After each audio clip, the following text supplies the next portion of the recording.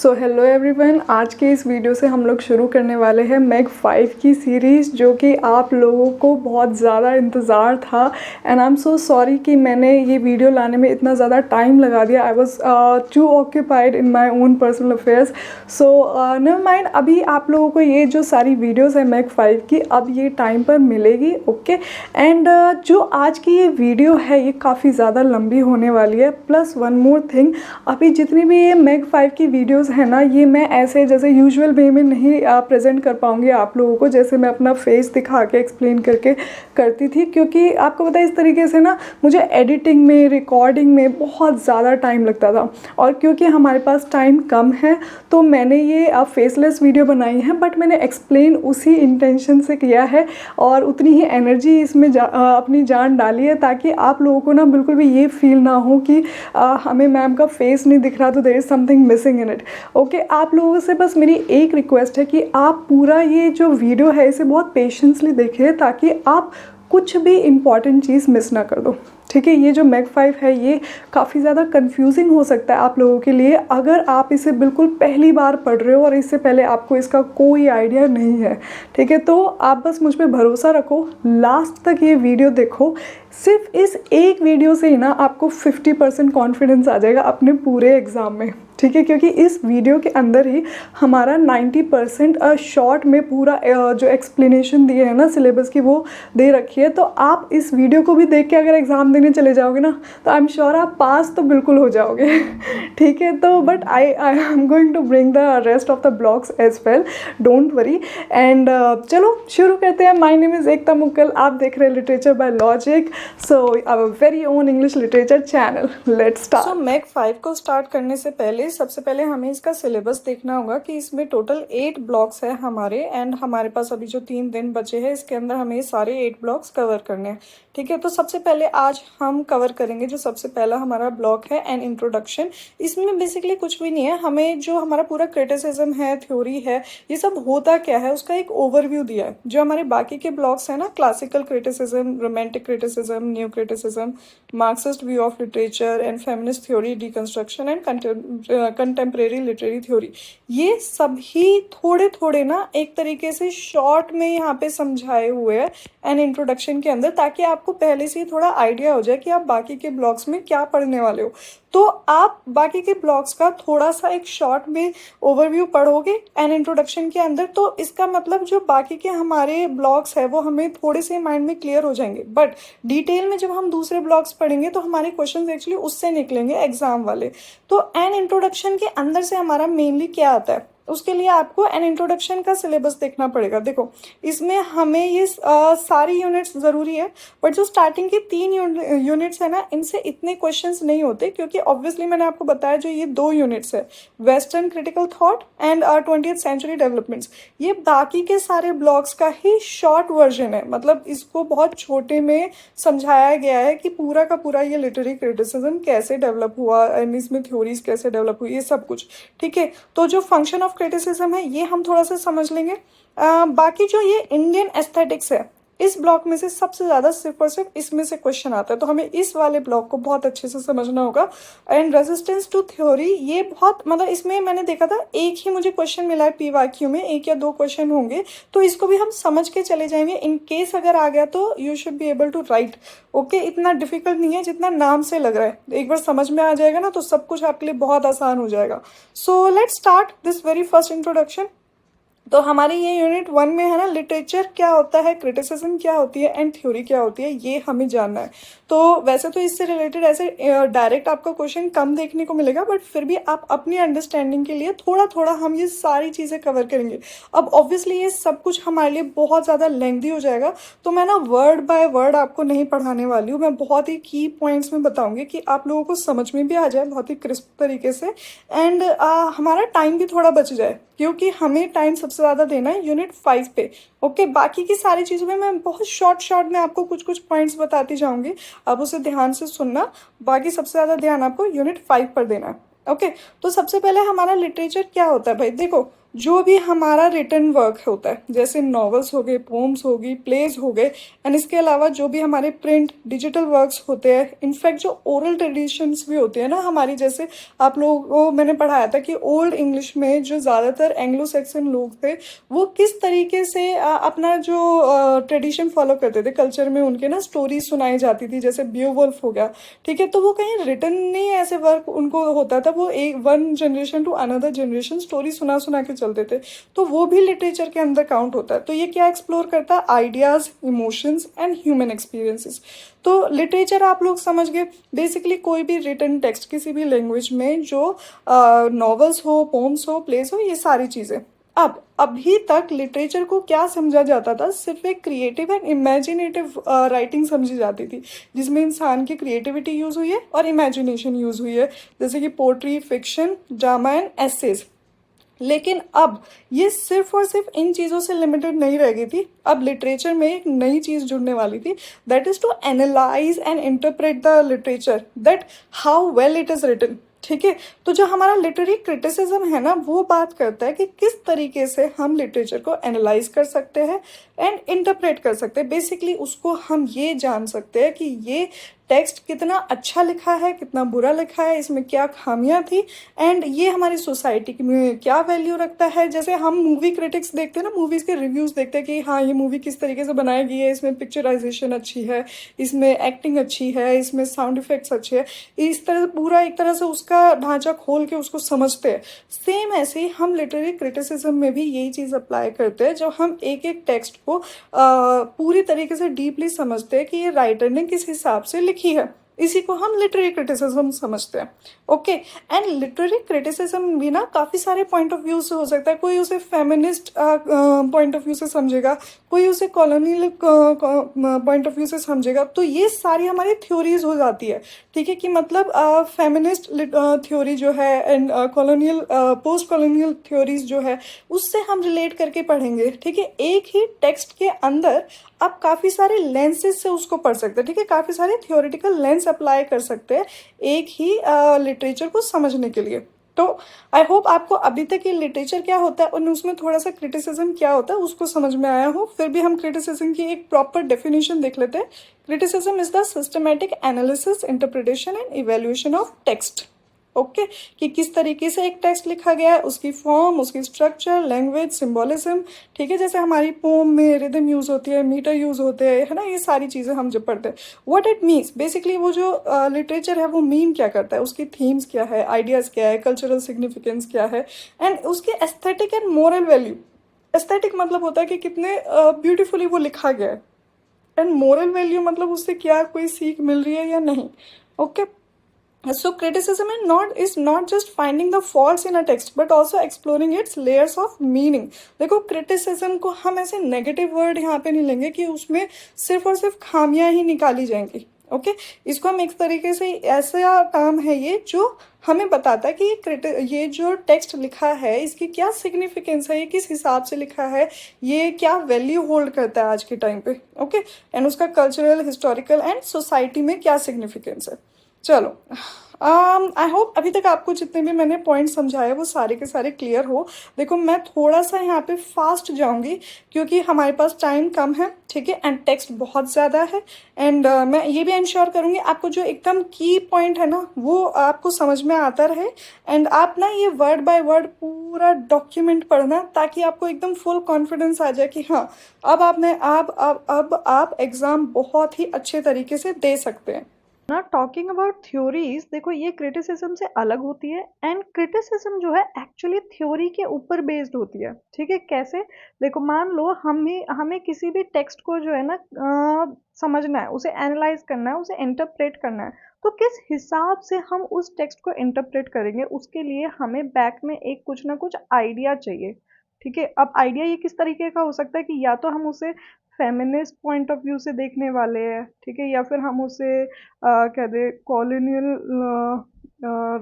Point of view से देखने वाले हैं, या फिर कोई और फील्ड हो सकती है, मतलब एब्सर्डिज्म के हिसाब से देखने वाले हैं, या फिर फॉर्मलिज्म के हिसाब से देखने वाले हैं। जो भी हमारी डिफरेंट डिफरेंट थ्योरीज जितनी भी बनी हुई है ना, तो हम किसी भी टेक्स्ट को किस बेसिस पे क्रिटिसाइज करेंगे वो हमारी थ्योरी के ऊपर डिपेंड करती है, ठीक है। So it questions the very frameworks and assumptions on which criticism and literature itself are based. तो क्रिटिसिज्म एंड लिटरेचर ये किसके ऊपर बेस्ड होती है, ये थ्योरी के ऊपर बेस्ड होती है, ठीक है। हमारी जितनी भी, जब आप सारी थ्योरीज पढ़ोगे ना, फेमिनिस्ट थ्योरी सबसे ज़्यादा इंपॉर्टेंट आ जाएगी, फिर मार्क्सिस्ट थ्योरी जो है वो आ जाएगी।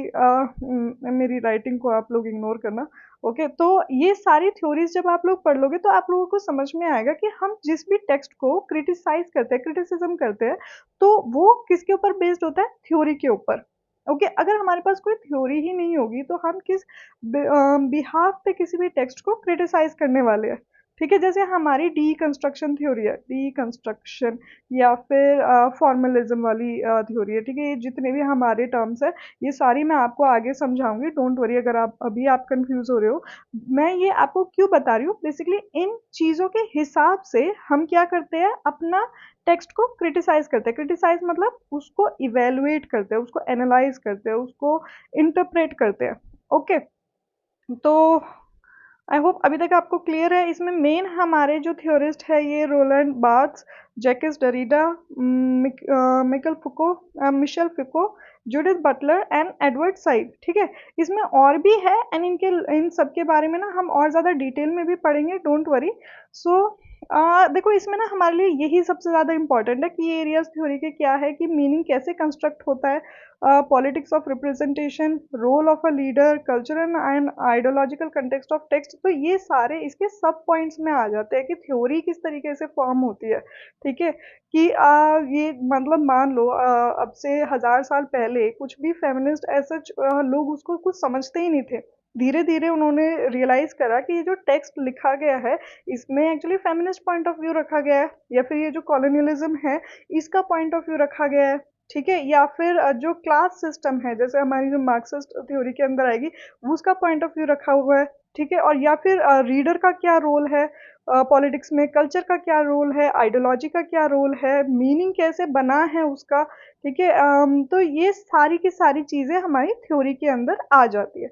सो I hope so far you have understood the unit 1, ठीक है। यूनिट 2 के अंदर हमारा क्या है, it will test the western critical thought. Basically हमारे लिए जो ग्रीक के लोग थे ना, जैसे हमारे प्लेटो हो गए या फिर एरिस्टोटल हो गए या फिर जितने भी ये महान फिलोसफर्स निकले हैं, ठीक है, उस उनकी थॉट्स को हम थोड़ा सा, बहुत थोड़ा सा यहाँ पे समझने वाले हैं, okay. So this unit actually traces the historical development of western literary criticism। actually जो ये criticism है ना, ये शुरुआत वहीं से हुई है, ठीक है। कहाँ से हुई है, classical Greece to the 19th century. तो जो मतलब क्लासिकल टाइम था हमारा 4th BCE, ठीक है। 4th BCE ही बोलेंगे ना इसे। देखो ये जो टाइम लिखा है, आई एम लिटिल कंफ्यूज्ड कि इसको हम एग्जैक्टली कौन सी BCE बोलेंगे, आप लोग इसका कैलकुलेट कर लेना, ओके। ये 427 से 327 BCE से शुरुआत होके ये हमारा कहाँ तक जाता है, 19th सेंचुरी तक। बेसिकली इस यूनिट में हम 19th सेंचुरी तक का जो पूरी डेवलपमेंट है वेस्टर्न लिटरेरी क्रिटिसिज्म वो सारा डिस्कस करने वाले हैं। तो हमारी जो प्लेटो है, देखो वो क्या बोलते हैं, इनकी सबसे इम्पोर्टेंट बुक तो ये आ जाती है इन रिपब्लिक, और इनका जो मेन वर्क है इमिटेशन। इसको इमिटेशन को हम मेमिसिस भी बोलते हैं, मेमिसिस, मेमिसिस, ओके। तो ये क्या है, बेसिकली ये बोलते हैं कि जो ये हमारी रियलिटी है ना, पोट्री या फिर जो ये वर्क है ये कुछ भी नहीं है, ये उसकी कहीं ना कहीं कॉपी है। तो मतलब ये ट्वाइस रिमूव द ट्रुथ। तो जो सच्चाई है उसने उसका डबल रिमूव कर दिया एक तरह से सोसाइटी से, ठीक है। तो ये इसे डेंजरस मानते हैं क्योंकि ये ना इमोशंस को बहुत ज़्यादा अपील करते हैं एंड ये रीज़न को कम कर देते हैं। तो कहीं ना कहीं इनका ना नेगेटिव पॉइंट ऑफ व्यू था पोएट्री को लेकर के, ठीक है। तो इन्होंने ज़्यादा किसके ऊपर क्रिटिसाइज किया है, पोएट्री के ऊपर। इनको हम और ज़्यादा डिटेल में पढ़ेंगे, अभी मैं बहुत ही छोटा सा इनका पॉइंट ऑफ व्यू दे रही हूँ कि आपको हल्का सा ऐसे समझ में आ जाए कि ठीक है भाई, सबसे पहले हमारी जो शुरुआत होती है वो प्लेटो से होती है, इस टाइम पीरियड पर होती है, ठीक है। एंड इनका जो मेजर वर्क है द रिपब्लिक, उसके अंदर इन्होंने पोइट्री को क्या किया है, कंडेम किया है, उसकी एक तरह से बुराइयां बताई है, ठीक है। तो इनका जो सबसे फेमस टर्म था इमिटेशन मिमेसिस, इसके अंदर ये पूरी थ्योरी ऑफ इमिटेशन लिखते हैं, जिसमें ये सारा इसका मतलब बेसिकली नेगेटिव बताते हैं कि पोएट्री जो है ना इतनी महान चीज़ नहीं है, उसको वो सच्चाई को और भी ज़्यादा वो करती है, मतलब छुपा देती है, डबल छुपा देती है, एंड रीज़न इन्वॉल्व नहीं होता उसमें, सारे के सारे इमोशंस इन्वॉल्व होते हैं, तो वो डेंजरस है लोगों के लिए। इनफैक्ट वो स्कूल्स में पढ़ाई भी नहीं जानी चाहिए। तो इट इज़ मॉरली हार्मफुल, उसको हार्मफुल बोलते थे मॉरली, ठीक है, एंड अनडिजायरेबल बिहेवियर प्रमोट करती है वो। ओके, इसमें हम और डिटेल में पढ़ेंगे बाद में, तो अभी हम थोड़ा सा क्रिस्प शॉर्ट में पढ़ने वाले हैं। एंड ये क्या बोलते थे, poetry should be censored, it should be banished from the ideal state. ये ना बहुत ही ज़्यादा आइडियलिस्टिक थे। आपको प्लेटो के बारे में एक चीज़ बहुत अच्छे से याद रखनी है, ये क्या थे, ये बहुत ही ज़्यादा आइडियलिस्टिक थे, मतलब ये ऐसे आइडियाज़ में जीते थे, रियलिस्टिक नहीं थे इतने ज़्यादा, ठीक है, आइडियलिस्टिक सोसाइटी के बारे में सोचते थे। ओके, नेक्स्ट हमारे आ जाते हैं एरिस्टोटल। तो इनका टाइम पीरियड क्या है, 384 से लेकर 322, एंड ये एरिस्टोटल हमारे प्लेटो के ही क्या थे, स्टूडेंट थे। ओके, तो he was the disciple of Plato, but इनका जो पॉइंट ऑफ व्यू था लिटरेचर को लेके, पोइट्री को लेके, वो और ज़्यादा सेटल था, बैलेंस्ड था, अप्रिशिएटिव था, ठीक है, अप्रिशिएटिव पॉइंट ऑफ व्यू रखते थे ये। तो इनका जो मेजर वर्क है वो क्या है, इन पोइटिक्स। देखो जो मैंने यहाँ पे मार्क किया है ना, ये सारे मार्क्स आपको ध्यान रखने हैं, ये आपको इनके नाम पता होने चाहिए। अगर आप खुद से नोट्स बनाने वालों में हो तो आप प्लीज़ ये सारी चीज़ें नोट डाउन कर लो। अगर आपको लग रहा है कि इतना नोट्स बनाने का टाइम नहीं है, that you are only going to depend on this particular PDF that I will send to you, then आप इनको बस अपने दिमाग में ना ऐसे बैठा लेना अच्छे से, because these particular works are super important, ये एग्जाम्स में रिपीटेटिवली पूछे जाते हैं। ओके, तो इन्होंने जो है ये मिमेसिस को क्या किया है, डिफेंड किया है कि ये अच्छी चीज़ है भाई, ठीक है, कि नेचुरल ह्यूमन एक्टिविटी को आप किस तरीके से जाहिर कर रहे हो। तो इन्होंने देखा लिटरेचर में इनकी ना ट्रेजेडी के ऊपर थ्योरीज होंगी, है ना, हम वो और ज़्यादा डिस्कस करेंगे जब हम क्लासिकल क्रिटिसिज्म पढ़ेंगे अपना सेकंड यूनिट में। ओके, तो ये बोलते हैं कि भाई ये ना कैथारसिस डेवलप कर सकती है किसी भी इंसान के अंदर, दया का भाव जगा सकती है और फियर का भाव जगा सकती है। हमने कैथारसिस काफ़ी सारे प्लेस के अंदर भी ये टर्म पढ़ा था, है ना, कि वो ही प्ले सबसे अच्छा है जिसके अंदर आप अपनी ऑडियंस के लिए, ऑडियंस के अंदर है ना, अपने मेन कैरेक्टर के लिए बहुत ही ज़्यादा या तो दया जगा पा रहे हो या फिर उनके लिए डर जगा पा रहे हो, तो आपकी वो ट्रेजेडी एक तरह से सक्सेसफुल है, ठीक है। और इन्होंने क्या-क्या चीज़ों पे कमेंट किया, plot, character, thought, diction, melody, spectacle in a tragedy, कि ये सारी चीज़ें उसके अंदर इम्पोर्टेंट है।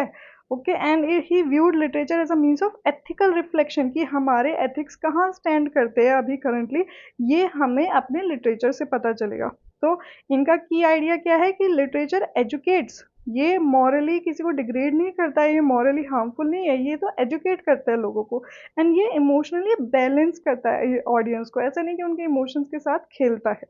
ओके, तो ये हमारे पॉइंट ऑफ व्यू रहे प्लेटो के एंड एरिस्टोटल के। तो प्लेटो एंड एरिस्टोटल के बाद जो हमारे नेक्स्ट इम्पॉर्टेंट क्रिटिक आ जाते हैं वो है होरेस, ठीक है, ये हमारे रोमांटिक क्रिटिसिज्म के अंदर आएंगे।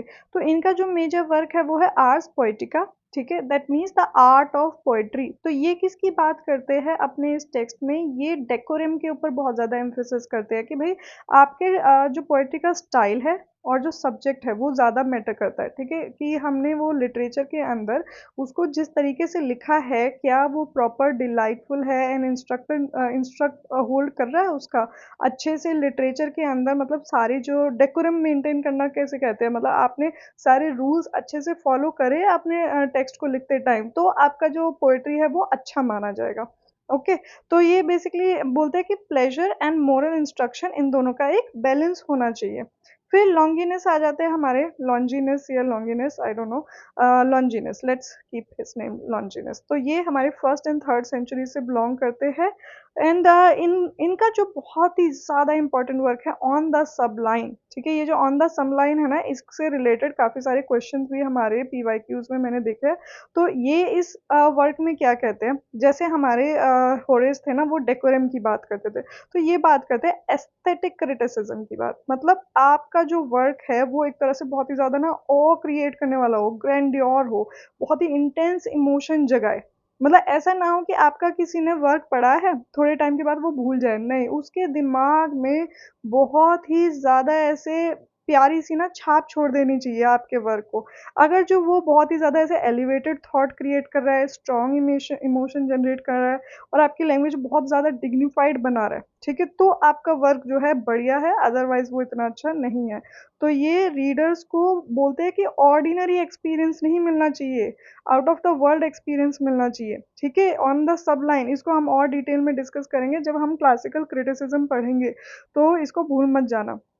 ये जितने भी मेजर वर्क्स हैं ना हमारे मेजर क्लासिकल क्रिटिक्स के, ये इन सब के नाम याद रखने हैं आपको। आर्स पोएटिका हो गया, ऑन द सबलाइन हो गया, एंड मैंने पहले भी आपको बताया था ना इन पोएटिक्स एंड द रिपब्लिक, इन सब के नाम नोट डाउन करते हुए चलो, ठीक है? अब आ जाते हैं हम क्लासिकल क्रिटिक्स ओके, इसको डिलीट कर देंगे।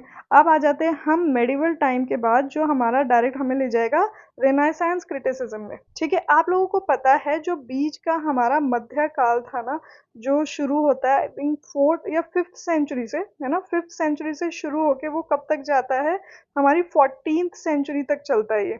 तो ये वाला जो काल था, इसमें एक्चुअली बहुत ही ज़्यादा क्रिश्चियन रिलीजियस थॉट्स लोगों के अंदर आने लग गए थे। तो इस थॉट की वजह से जो उनके टेक्स्ट थे ना, वो और किसी चीज़ की बात ही नहीं करते थे। वो सिर्फ़ और सिर्फ़ क्रिश्चियन मोरालिटी की बात करते थे, रिलीजियस वैल्यूज़ की बात करते थे। तो इसमें आपको जितने भी टेक्स्ट दिखेंगे, वो एक तरह से एलिगोरिकल लिखेंगे। एलिगोरिकल मतलब कि जो कहीं न कहीं इनडायरेक्टली किसकी तरफ पॉइंट आउट कर रहा है? रिलीजन की तरफ पॉइंट आउट कर रहे हैं ये टेक्स्ट, ठीक है? So text were interpreting symbolically pointing to moral, spiritual और बिब्लिकल ट्रुथ्स, ठीक है? तो मतलब जो हमारी बाइबल है उसके बारे में बहुत ज़्यादा कमेंट हमें देखने को मिलता था। तो जो डांटे की द डिवाइन कॉमेडी है वो इस टाइम पीरियड से बिलोंग करती है। ये इटालियन पोएट थे, ठीक है? एंड ये रिलीजियस एलिगोरी बहुत ज़्यादा लिखते हैं। मतलब यही नहीं, बाकी सारे भी जितने ज़्यादा पोएट्स आपको उस टाइम के दिखेंगे, अगर आप मेरी ओल्ड इंग्लिश मतलब इंग्लिश हिस्ट्री वाली जो वीडियो है उससे देखोगे, तो उसमें मैंने बताया कि इस टाइम पे ज़्यादातर पोएट्स हमारे सिर्फ़ और सिर्फ़ क्या लिखने में बिलीव करते थे, जो भी रिलीजियस टेक्स्ट होता था, रिलीजन को ही बेसिकली सब कुछ मानते थे, उसके अलावा हमारी कोई एज सच लाइफ जैसे एग्जिस्ट करती ना हो, ठीक है? तो रिलीजियस गाइड हमारा हो गया। उसके बाद हमारा इम्पोर्टेंट आ जाता है रेनासांस क्रिटिसिज्म। तो रेनासांस के अंदर क्या है, हमारी दोबारा से क्लासिकल लर्निंग एंड ह्यूमनिज्म को हमने इवॉल्व किया। मैंने आपको रेनासांस की पूरी एक वीडियो बताई है, उसमें आपको पता चला होगा कि एक बार दोबारा से इंडिविजुअल टैलेंट, उनकी क्रिएटिविटी एंड क्लासिकल डेकोरम को इन्होंने जो है एम्फेसाइज किया कि हाँ भाई, जो हमारा क्लासिकल पीरियड था वो एक्चुअली बहुत प्यारा पीरियड था, जब लोग इतने ज़्यादा रिलीजियसली बहुत ज़्यादा टाइड अप नहीं होते थे, अपने आप को ऐसे जकड़ के नहीं रखते थे, एंड हर किसी टॉपिक के ऊपर बात करते थे, ठीक है? एंड यहाँ पे हमारे एक इम्पॉर्टेंट फिगर आ जाते हैं, फिलिप सिडनी। इन्होंने जो ये वर्क लिखा है एन अपॉलजी फॉर पोएट्री, ये बेसिकली इन्होंने जो प्लेटो है ना, उनके अगेंस्ट लिखा है कि भाई उनको जो प्लेटो ने हमारी जो पोएट्री की बहुत ज़्यादा बुराई करी थी कि हमारी ये पोएट्री मोरली हार्मफुल है एंड ऑल दीज थिंग्स, तो इन्होंने बोला नहीं, पोएट्री इज वेरी मोरल, ठीक है? ये एजुकेशनल भी है एंड डिलाइटफुल आर्ट भी है, ठीक है? तो इन्होंने बेसिकली डिफेंड करा है किसको? पोएट्री को, अपने इस work an apology for poetry. तो ये जो हमारी पूरी रेनेसांस क्रिटिसिज्म है, ये किसको हमें बोलती है? ये डिलाइटिंग है restoring it's dignity against plateaus attack. तो ये अटैक किसने हमारा डिफेंड किया है? Philip Sidney. ये पॉइंट याद रखना आप लोग, ठीक है? अब आ जाते हैं न्यू क्लासिकल क्रिटिसिज्म।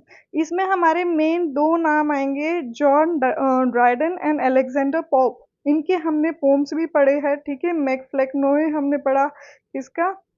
मैकफ्लेक्नो हमने पढ़ा था जॉन ड्राइडन का। एन अलेक्जेंडर पोप का हमने जो एन एपिस्टल पढ़ा, ठीक है? एपिस्टल, ये सब हमारा क्या था? ये सटायर थे, ठीक है? तो ये लोग एक्चुअली क्रिटिक भी थे, ठीक है? इन्होंने बहुत अच्छे से क्रिटिसिज्म भी करी है। देखो अलेक्जेंडर पोप ने ये वर्क लिखा है ना, एन एसे ऑन क्रिटिसिज्म, ठीक है? इसके अंदर इन्होंने क्या बोला है? बैलेंस, प्रोपोर्शन एंड रीजन होना चाहिए। तो ये लोग दोबारा से जो क्लासिकल मॉडल्स थे उनको रिवाइव करने के लिए बात करते थे।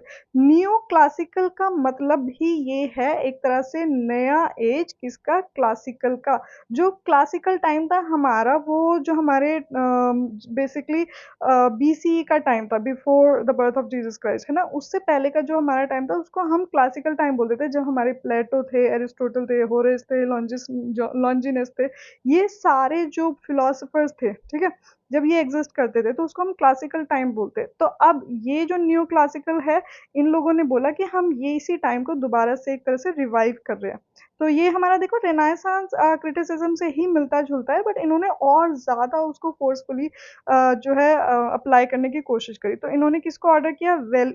इन्होंने order decorum, clarity, restraint and adherence to formal rules. ये पॉइंट याद रखना है आपको, फॉर्मल रूल्स, ठीक है। मतलब ये बेसिकली बहुत ही ज़्यादा रूल्स को बहुत ज़्यादा वैल्यू करते थे। ओके, चलो नेक्स्ट हम बढ़ते हैं अपना। अच्छा, एक ये बहुत ही फेमस लाइन है अलेक्जेंडर पोप की, to err is human, to forgive is divine. That means कि अगर आप गलती कर रहे हो तो आप इंसान हो, अगर आप माफ कर पा रहे हो तो आपके अंदर कोई डिवाइन पावर है, you are like God. Okay, अब आ जाते हैं हमारे रोमांटिसिज्म वाले क्रिटिक्स के ऊपर, जिसमें हमारे मेन दो आ जाएंगे, William Wordsworth and Samuel Taylor Coleridge. तो जैसे मैंने आपको बताया था, न्यू क्लासिज्म वाले बहुत ही ज़्यादा फोर्सफुल अपने स्टाइल को, फॉर्म को लेके बहुत ज़्यादा रिजिडिटी बना के रखते थे कि नहीं, आपने जो टेक्स्ट लिखना है वो बहुत ही सही तरीके से लिखना है, आप इधर उधर जाके कुछ भी ऐसे ओवर द फ्लो नहीं लिख सकते। तो इन्होंने बोला कि नहीं भाई, इतनी ज़्यादा रिजिडिटी नहीं चाहिए, रोमांटिसिज्म वालों ने बोला। एंड इतना भी ज़्यादा हमें रीज़न भी नहीं चाहिए, हमें जो है इमोशन डालना है अपनी पोइट्री में, अपने वर्क्स में इमेजिनेशन डालनी है, individual genius and nature loving. ठीक है, देखो हम, मैंने आपको ये पोम्स भी जो पढ़ाई थी सारी की सारी रोमांटिक जो हमारे पोएट्स थे, उसमें भी आपको ये सेम ही जो है की आइडियाज दिखाई देंगे। Okay, so it promotes freedom of the artist and subjectivity of the artist experience, कि भाई हर आर्टिस्ट का जो है डिफरेंट एक्सपीरियंस होता है। Okay, you can't like restrain a person कि नहीं आप सिर्फ और सिर्फ रिलीजन के ऊपर लिखोगे या आप सिर्फ और सिर्फ इस पर्टिकुलर पॉइंट के ऊपर लिखोगे। Okay, you are free to express yourself on whatever the topic you want. तो विलियम वर्ड का जो हमारा ये पार्ट है, in preface to Lyrical Ballads, इसके अंदर ये तीन मेजर पॉइंट्स रखते हैं। इन सभी को भी हम बहुत ज़्यादा डिटेल में पढ़ेंगे आगे। ओके, डोंट वरी, अगर आपको अभी यहाँ पे जो कंटेंट है बहुत ही शॉर्ट लग रहा है, and obviously it is not enough for your exam. अगर ये क्वेश्चन आपको आ गया, जैसे विलियम वर्ड्सवर्थ का ही एक क्वेश्चन आ जाएगा 20 मार्क्स का, इन प्रीफेस टू लिरिकल बलार्ड्स में उन्होंने क्या एक्सप्रेस किया है। तो आपको घबराना नहीं है कि मैम आपने तो मुझे सिर्फ 3 पॉइंट्स ही बताए, वो तो बहुत कम है। तो हम डिटेल में आगे की ब्लॉक्स में डिस्कस करेंगे, ठीक है। अभी क्योंकि मैंने आपको ऑलरेडी बताया ना, ये शॉर्ट में मैं बता रही हूँ। तो देखो ये क्या बोलते हैं कि भाई spontaneous overflow of powerful feelings, ठीक है। पोइट्री ऐसी होनी चाहिए जैसे बहुत ही ज्यादा एकदम से जो भी आपके फ्लो आ रहा है, मतलब फीलिंग्स का, ठीक है, बहुत ही ज्यादा स्ट्रॉन्ग फीलिंग्स का फ्लो आता चले जा रहा है, तो आप उसको नोट डाउन करते जाओ और अपनी पोइट्री में लिखते जाओ। और ये क्या बोलते हैं, जो एवरीडे लैंग्वेज है उसका यूज करो, कॉमन सब्जेक्ट्स का यूज करो। जरूरी नहीं है आपको बहुत ही ज्यादा ओवर द टॉप जाके कुछ बहुत ही मतलब जो हमारे लॉन्जिनियस कहते थे अपने उसमें ऑन द सब लाइन वाले में, कि भाई आपका एक्सट्रीम होना चाहिए, कि ऐसा हो कि इंसान कभी भूले ही ना, इतने ज्यादा और ग्रैंडियोर, मतलब बेसिकली ग्रेटनेस क्रिएट कर दो। लेकिन विलियम वर्ड्सवर्थ बोलते हैं नहीं, आपको इतना ज्यादा ओवर इतनी हाइप क्रिएट करने की जरूरत नहीं है, आप अपना नॉर्मल जो है एक्सपीरियंसेस डिस्प्ले करो। तो the poet's ability to heighten ordinary experiences through imagination, तो ऑटोमेटिकली जो पोएट है उसकी एबिलिटी क्या हो जाएगी, जो ऑर्डिनरी एक्सपीरियंस है उनको बहुत ही ज़्यादा इवॉल्व कर लेंगे, बेसिकली इमेजिनेशन के थ्रू वो बहुत ही ज़्यादा उन्हें अपने आप बढ़ा देंगे। तो सेम ऐसे हमारे जो सैमुअल टेलर कॉलरिज है, इनकी बायोग्राफिया लिटरेरिया है, जो इनकी बायोग्राफी भी है, ठीक है। तो ये अपनी इस टेक्स्ट में दो चीज़ों के बीच में डिफरेंस करने के लिए बोलते हैं, इमेजिनेशन जो बेसिकली आपकी क्रिएटिव पावर है, एंड फैंसी, ठीक है। मतलब एक तरीके से आप किस तरीके से जो आपने इमेजिन किया है उसको ऑर्डर में लगाओगे, कि किस तरीके से आप पूरा उसको स्ट्रक्चर दोगे। ओके, मैकेनिकल और reordering, fancy. Okay, saw the literature as a reflection of poets imagination interacting with the world. तो इन्होंने कैसे देखा लिटरेचर को, कि ये पोएट की जो इमेजिनेशन है उसको वो दुनिया के साथ कैसे इंटरेक्ट करती है। अभी मैंने आपको ऊपर के पॉइंट में बताया ना कि इमेजिनेशन एंड फैंसी, मतलब अपना आपने दुनिया के साथ उसको कैसे स्ट्रक्चर में लगाना है, एक प्रॉपर ऑर्डर में लगाना है।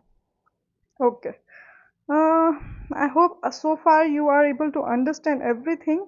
अब हम बढ़ते हैं 19th सेंचुरी क्रिटिक्स के टूवर्ड्स।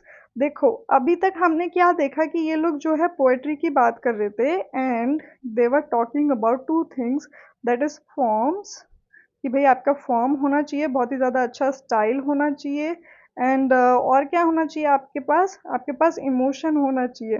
इन सारी चीज़ों की बात करी उन्होंने।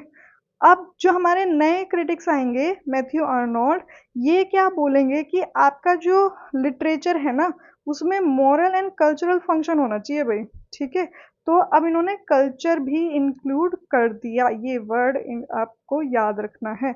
ओके, एंड इनका जो वर्क है the function of criticism at the present time, तो इन्होंने इसमें मॉरल एंड कल्चरल फंक्शन की बात करी है, and spiritual and social needs की भाई ये सोशली भी जो है एक रिस्पॉन्सिबिलिटी रखता है जो इसे निभानी है। तो जो लोग पढ़ते हैं ना टेक्स्ट को, वो उनसे कहीं ना कहीं इन्फ्लुएंस होते हैं भाई। अच्छा, इन्होंने है ना ये डिसइंटरेस्टेड क्रिटिसिज्म की भी बात की है। डिसइंटरेस्टेड से यहाँ पे ये मतलब नहीं है कि अनइंटरेस्टेड होना टेक्स्ट को क्रिटिसाइज करने में। ठीक है, इसका मतलब है कि आपको ना बिल्कुल अपने पर्सनल बायस साइड में रखने पड़ेंगे। मतलब आप अपनी जो आपकी थिंकिंग होती है ना कि भाई मैं तो बहुत ही ज़्यादा ऑर्थोडॉक्स इंसान हूँ या फिर मैं बहुत ज़्यादा मॉडर्न इंसान हूँ, आपको अपना जो पर्सनल आप किसी को लेके बायसनेस क्रिएट कर लेते हो, उसको साइड में रख के आप किसी टेक्स्ट को जज करोगे। ऐसा नहीं कि मतलब आपने अपना पर्सनल पॉइंट ऑफ व्यू उसमें वैसे दे दिया कि मैं अपनी लाइफ में कैसा इंसान हूँ, मैं उस लेंस से उस टेक्स्ट को देखूंगा, तो वो गलत हो जाएगा। ठीक है, इन्होंने क्या तरीका बताया है किसी भी टेक्स्ट को जज करने का, टच स्टोन मेथड इनका बहुत ज़्यादा फेमस है।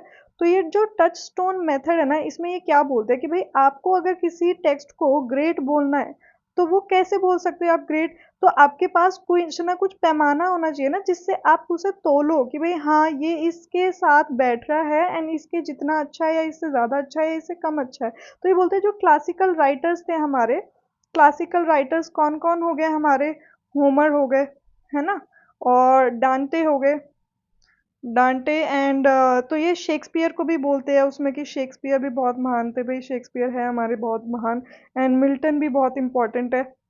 तो ये जितने भी सारे राइटर्स हो गए, इनके टेक्स्ट से कंपेयर करेंगे हमारे जो न्यू राइटर्स के टेक्स्ट है। ठीक है, न्यू राइटर्स के टेक्स्ट को इनसे कंपेयर करके देखेंगे, उनकी लाइन मैच करेंगे कि भाई आपने क्या इतने हाई स्टैंडर्ड की लिखी है या आपने लो स्टैंडर्ड की लिखी है। अगर जो आपने लो स्टैंडर्ड की लिखी है उनसे, तो आपका टेक्स्ट ग्रेट नहीं माना जाएगा। अगर आपने उनके बराबर लिखी है तो आपका टेक्स्ट जो है ग्रेट माना जाएगा। ठीक है, चलो, तो आई होप आपको मैथ्यू आर्नोल्ड के बारे में सब कुछ समझ में आ गया होगा। इनकी क्या पूरी थॉट थी कि ये जो है चाहते थे कि आप अच्छे से क्रिटिसाइज करो टेक्स्ट को बिना अपना पर्सनल बायसनेस को बीच में रखे। एंड फिर जो जॉन रस्किंग है वो भी सेम तरह की बात करते हैं कि भाई मॉरल एंड सोशल वैल्यूज़ को आपको इंटेक्ट रखना पड़ेगा। ठीक है, एंड जो इंडस्ट्रियलाइजेशन एंड मटेरियलिज्म की उस टाइम पे, ये हम किसकी 19th सेंचुरी की बात कर रहे हैं, तो 19th सेंचुरी में हमारी इंडस्ट्रीज आनी शुरू हो गई थी, लोगों के अंदर दिखावा ज़्यादा शुरू हो गया था। ठीक है, तो उन्होंने इन सब चीज़ों के जो इफ़ेक्ट्स है वो लिटरेचर में क्रिटिसाइज़ करे कि ये हमारे लिटरेचर के बीच में आ रही है। तो ही बिलीव्ड इन मॉरल रिस्पॉन्सिबिलिटी कि भाई जो हमारा पोएट होता है या कोई भी राइटर होता है ना, उसकी एक मॉरल रिस्पॉन्सिबिलिटी है। ऐसा नहीं कि वो कुछ भी आलतू फालतू लिख दे जो सोसाइटी को, मतलब वो पढ़े एंड सोसाइटी का भी मतलब उसी डायरेक्शन में दिमाग चलने लग जाए। तो बहुत ही सोच समझ के आपको टेक्स्ट लिखना पड़ेगा। आप कुछ भी गलत लिखोगे तो उसका नेगेटिव इन्फ्लुएंस होगा हमारी सोसाइटी पे। ओके, तो ये बेसिकली चाहते हैं कि लिटरेचर जो है अपलिफ्ट करे सोसाइटी को, and moral and cultural flows जो भी है उनको ध्यान में रखे। जैसे हमने जो है पिछले उसमें सारी डेवलपमेंट समझी कि क्लासिकल टाइम से हमारा 19th सेंचुरी तक क्या सीन रहा। ठीक है, क्रिटिसिज्म को लेकर अब हम समझेंगे कि भाई 20th सेंचुरी में हमारे क्या क्या डेवलपमेंट्स हुए। बेसिकली इस टाइम पे हमारी मेन जो थ्योरीज थी ना, वो ही निकल के आई थी कि हम जो टेक्स्ट है उसको क्रिटिसाइज किस हिसाब से करेंगे, क्या उसमें हम अपना आइडिया, क्या पॉइंट ऑफ व्यू रखने वाले हैं। ओके, उससे पहले तो हमने देखा ज़्यादा या तो इमोशंस की बात हुई है या फिर हमारे किसकी बात हुई है, स्टाइल, फॉर्म, इन सब की बात हुई है। अब हम किस चीज़ को देखेंगे, इसमें भी फॉर्म और स्टाइल आपको कहीं कहीं थ्योरीज में दिखेगी, बट उसके अलावा कुछ नए आइडियाज़ भी देखेंगे। ठीक है, आपको न्यू आइडियाज़ भी देखने को मिलेंगे। ओके, तो सबसे पहला जो हमारा है वो रशियन फॉर्मलिज्म है। ये कब से कब तक रहा था, ये ना 1910s मतलब बेसिकली 1915 से लेके ये 1930 के बीच का टाइम पीरियड था। तब हमारे जो रशिया के जो लोग थे, कुछ उसमें ऐसे क्रिटिक्स थे जैसे विक्टर श्क्लोवस्की हो गए, है ना।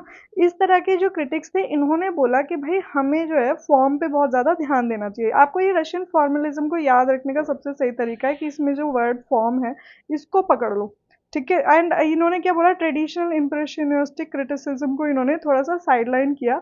एंड ये जो है टेक्स्ट की बात करते हैं कि आप टेक्स्ट पे ध्यान दो एंड उसकी क्वालिटी पे ध्यान दो, ठीक है। जो एक तरीके से जो हमारी लिटरेरी लैंग्वेज है ना, उसे ऑर्डिनरी लैंग्वेज से डिफरेंट बनाता है, यही है इनका मेन कहना। और सारे पॉइंट्स इनके जो है वो बस एक्स्ट्रा पॉइंट्स है। बाकी आप ये याद रखो कि किस तरीके से आप अपने टेक्स्ट को ऐसे एकदम डिफरेंट लिखो, इतना ज़्यादा हाई स्टाइल में लिखो, इतना ज़्यादा उसमें फॉर्म ऐड करो कि वो नॉर्मल लैंग्वेज से ज़्यादा हाई हो जाए। मतलब आपकी जो है जो सेम बात किसने कही थी, लॉन्जिनियस ने कही थी, काफ़ी हद तक ये भी वही बात करते हैं।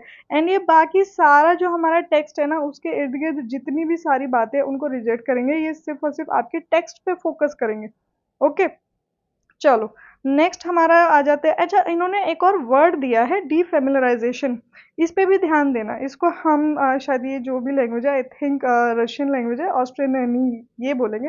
बट इस डीफेमिलराइजेशन का मीनिंग समझ लो, ये क्या बोलता है कि किसी भी चीज़ को ना अनफेमिलियर बनाना। ओके, क्या बनाना, किसी भी टेक्स्ट को अनफेमिलियर बनाना। मान लो मैं एक एग्जांपल से बताती हूँ। आप एक पोएट हो, आपने सिंपली रख दिया इट रेन्स, ठीक है, लेट मी डिलीट, ओके। आपने सिंपली लिख दिया यहाँ पे इट रेन्स।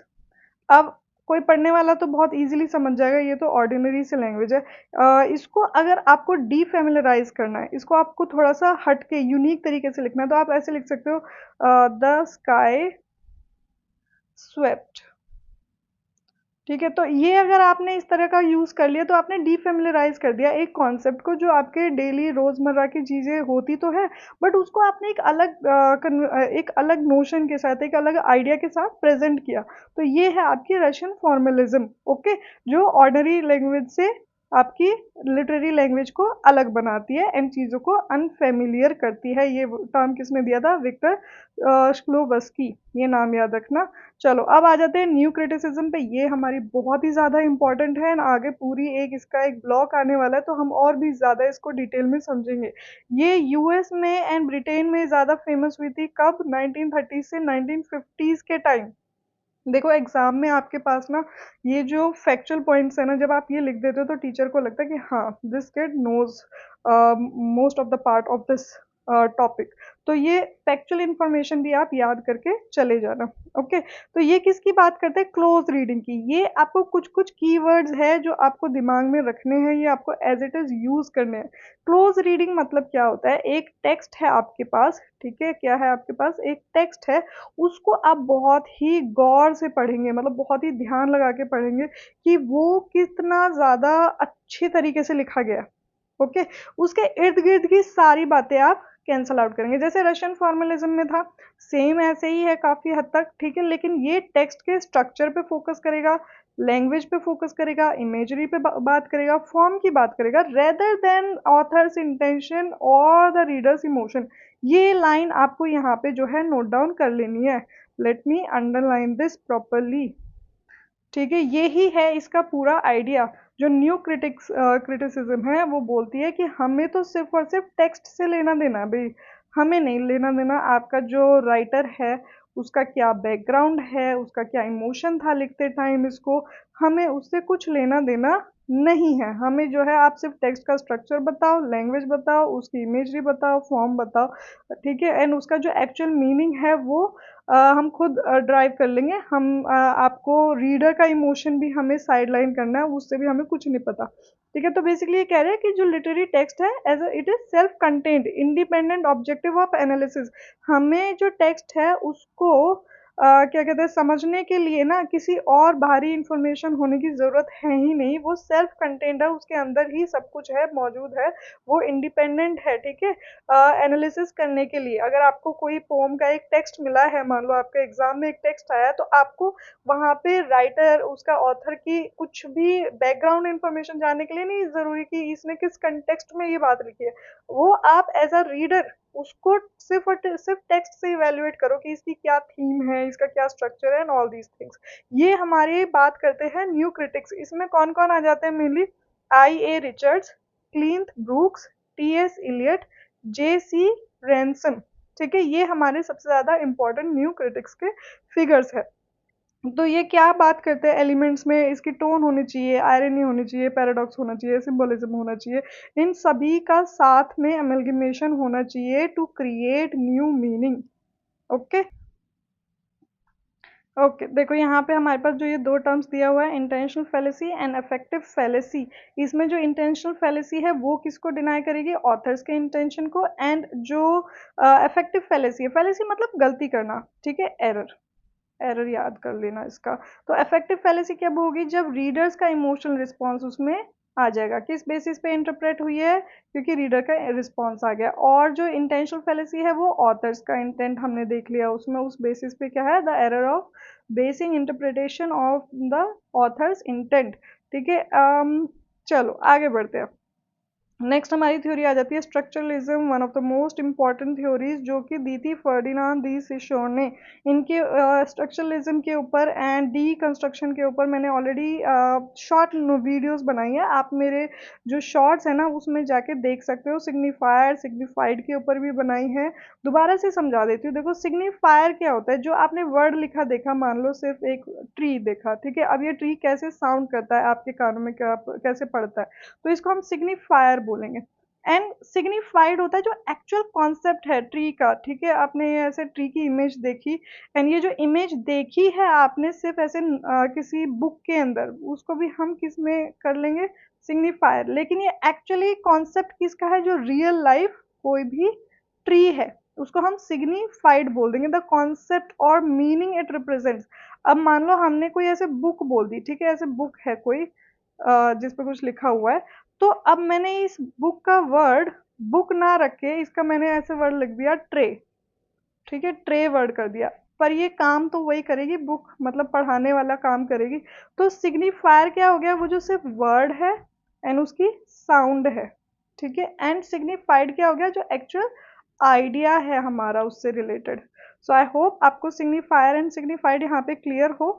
बढ़ते हैं हमारे इससे रिलेटेड जो इम्पोर्टेंट थ्योरिस्ट है, रोलैंड बार्थ्स बहुत इंपॉर्टेंट है, Claude Levi Strauss and Roman Jacobson. ये सारे ही हमारे स्ट्रक्चरलिज्म से जुड़े हुए हैं, बहुत ज़्यादा इंपॉर्टेंट है। एंड वन मोर थिंग, जो फर्डिनांड दी सिशोर थे ना, वो क्या बोलते थे? Language is a system of signs where each sign consist of signifier and signified. तो अगर मैं आपको स्ट्रक्चरलिज्म समझाऊं ना छोटे में, मान लो एक घर है हमारा, ठीक है, घर है ऐसे छोटा सा कुटिया टाइप घर। तो इस घर में एक ईंट क्या हो गई? इसका एक हिस्सा हो गया, है ना। अब आपको घर बनाने के लिए पूरा उसका स्ट्रक्चर बनाना पड़ेगा, एक एक चीज उसकी देखनी पड़ेगी। आप एक ईंट को लेके उसमें इवेल्युएशन नहीं कर सकते। शॉर्ट में समझाऊं अगर, तो आपने एक टेक्स्ट पढ़ा है कोई भी, मान लो कोई पोम पढ़ी है आपने। किसकी पोम ले लेते हैं हम? एस टी कॉलरिज की कोई पोम ले लेते हैं। तो इस पोम को समझने के लिए आपको उसके इर्द गिर्द का सारा स्ट्रक्चर समझना पड़ेगा। कि ऐसा नहीं कि सिर्फ एक लाइन भर से आप उस पूरे पोम को समझ लेंगे, नहीं। ये एक पूरे बड़े स्ट्रक्चर का हिस्सा है। एंड वो जो छोटी सी पोम है, तो आपको पूरा स्ट्रक्चर समझना पड़ेगा कि उससे रिलेटेड और क्या क्या चीज़ें जुड़ी हुई है, तब आप उस टेक्स्ट को अच्छे से क्रिटिसाइज कर पाओगे, उसकी क्रिटिसिज्म सक्सेसफुली कर पाओगे, अदरवाइज नहीं कर पाओगे, ठीक है। तो इसमें क्या है? Recurring narrative structures, character types, plot devices that transcend specific works और कल्चर्स, ठीक है। तो ये सारे इन जो लिटरेरी क्रिटिक्स है, मैंने इनका नाम बताया, इन्होंने अपनी अलग अलग अलग टर्म्स दी है, ओके। सो आई होप आपको ये स्ट्रक्चरलिज्म अभी क्लियर हो that it transform literature from an isolated artistic product into a coded system of meaning shaped by culture and language. तो ये जो पूरा टेक्स्ट है ये किस किस चीज़ों से जुड़ा होता है, कल्चर से जुड़ा होता है, लैंग्वेज से जुड़ा होता है, मिथ्स से जुड़ा होएगा, ये किसी नरेटिव से जुड़ा होगा, ठीक है, और भी इसमें बहुत सारे फैक्ट्स आ जाते हैं। तो एक स्ट्रक्चर को बनने में बहुत सारी चीज़ें लगती है ना, आपकी ईंटें भी लगेंगी, आपका सीमेंट भी लगेगा, आपका पेंट भी लगेगा, आपका खिड़कियाँ भी लगेंगी, अलग-अलग वुड भी लगेगा। तो इतनी सारी चीज़ों को मिला के आपका घर बनेगा। एक सिर्फ़ और सिर्फ़ छोटी-सी ईंट से थोड़ी बन जाएगा। तो आप सिर्फ़ एक ईंट को लेके बैठ जाओ तो आपका वो घर पूरा नहीं हो पाएगा। सेम ऐसे ही पूरे टेक्स्ट में आप एक किसी भी छोटी-सी लाइन को लेके बैठ जाओ तो आप वो नहीं पढ़ सकते, या फिर मान लो आपने एक टेक्स्ट ही पढ़ा है, उसके अराउंड जिस चीज़ से जुड़ा हुआ है वो टेक्स्ट, वो भी आपको पढ़ना ज़रूरी है। ओके, चलो नेक्स्ट बढ़ते हैं पोस्ट स्ट्रक्चरलिज्म डीकंस्ट्रक्शन। तो ये एक तरह से स्ट्रक्चरलिज्म का उल्टा है, it is the opposite of structuralism. क्यों? क्योंकि ये डीकंस्ट्रक्शन कहता है कि भाई किसी टेक्स्ट को समझने के लिए ना आपको वो उसका पूरा ढांचा जो है खोल के रखना पड़ेगा, ठीक है। अगर आप उसका ढांचा नहीं खोल के रख पाओगे तो आप उसको मीनिंग नहीं समझ सकते, आपको एक एक टेक्स्ट इंडिपेंडेंटली देखना पड़ेगा। और ये क्या बात करते हैं कि भाई जो मीनिंग है ना वो कभी भी फिक्स्ड नहीं हो सकता, ठीक है। मीनिंग भी जो है चेंज होता रहेगा। Meaning is inherently unstable, contradictory and endlessly deferred, कि भाई एक मीनिंग आगे बढ़ते बढ़ते बढ़ते चेंज होता चला जाता है, कभी भी फिक्स्ड नहीं होता, ठीक है। मान लो मैंने आपको एक बात यहाँ पे बताई, ठीक है, आपने अपने फ्रेंड को बताई, उसमें आपने थोड़ा सा चेंज कर दिया, फिर आपके फ्रेंड ने किसी और को बताई, उसमें और चेंज आ गया।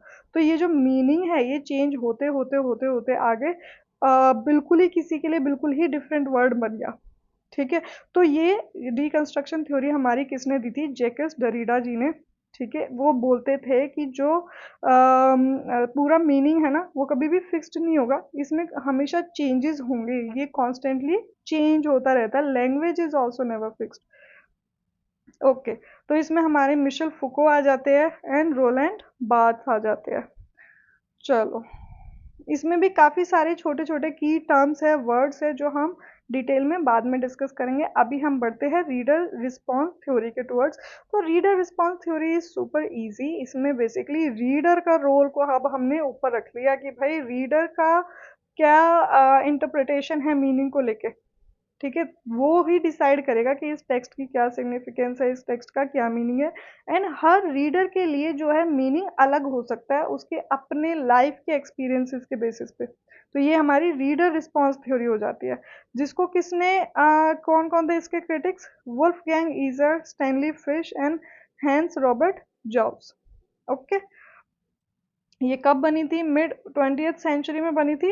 And it emphasized the text significance is not inherent but is created in the interaction between the reader and the text. So I hope the meaning of this criticism is also clear. Now let's move on to psycho analytic criticism. देखो इसमें तो बहुत ही ज्यादा ये different सी एक criticism है। ये दी किसने दी? सिगमंड फ्रूड ने, ठीक है। एंड बाद में जैकस लैकिन भी इनसे जुड़े, ठीक है। तो ये क्या बोलते हैं कि भाई जो इंसान का अनकॉन्शियस डिजायर्स है, फियर्स है, कन्फ्लिक्ट्स है, वो शेप करता है लिटरेरी टेक्स्ट को and the behaviour of characters with in them, ठीक है। जो भी मतलब हमारे कैरेक्टर्स होते हैं लिटरेरी टेक्स्ट में, वो किससे डिज़ाइन किए जाते हैं? जो उनके अंदर के डिज़ायर्स होते हैं, फियर्स होते हैं, कन्फ्लिक्ट्स होते हैं। जैसे मतलब इन्होंने काफ़ी सारे ऐसे कॉन्सेप्ट दिए, Oedipus complex, repression, the unconscious mind. इसमें हमारे जो कुछ कुछ वर्ड्स हैं ना, ईगो, एड, है ना, ये भी हम डिस्कस करेंगे जब पूरा डिटेल में पढ़ेंगे। एंड किस तरीके से बचपन से ही इंसान के दिमाग में ना बहुत सारी ऐसे फीलिंग्स होती है जो बहुत यंग एज से ही डेवलप होने लग जाती है। तो we will discuss everything in detail, don't worry. अभी इसको हम यहीं छोड़ते हैं, आगे बढ़ते हैं। फिर आ जाती है Marxist criticism. Marxist criticism is very easy to understand. Basically ये हमारे कार्ल मार्क्स जो है ना उनके नाम पे है, मार्क्स। तो मार्क्स जो है ये हमारे क्या कहते थे कि भाई क्लास स्ट्रगल है हमारी सोसाइटी में, क्लास का स्ट्रगल है। जो इंसान रिच है, पावरफुल है, वो क्या करेगा?